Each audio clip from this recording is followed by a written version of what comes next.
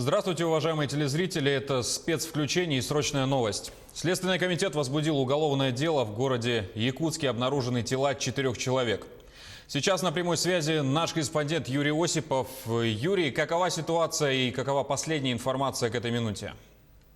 Здравствуй, Василий. За моей спиной вы можете увидеть место происшествия. Сейчас там работают сотрудники правопорядка и дальше нас не пропустили. По официальной информации, преступление произошло в жилом доме, расположенном по улице Первая база, рядом с речным портом. Именно его вы видите сзади. По сообщению Следственного комитета, жертвами убийства стали 4 человека, в том числе 2 малолетних детей. Кто и почему совершил это страшное преступление, сейчас неизвестно. Не сообщается также, при каких обстоятельствах это произошло.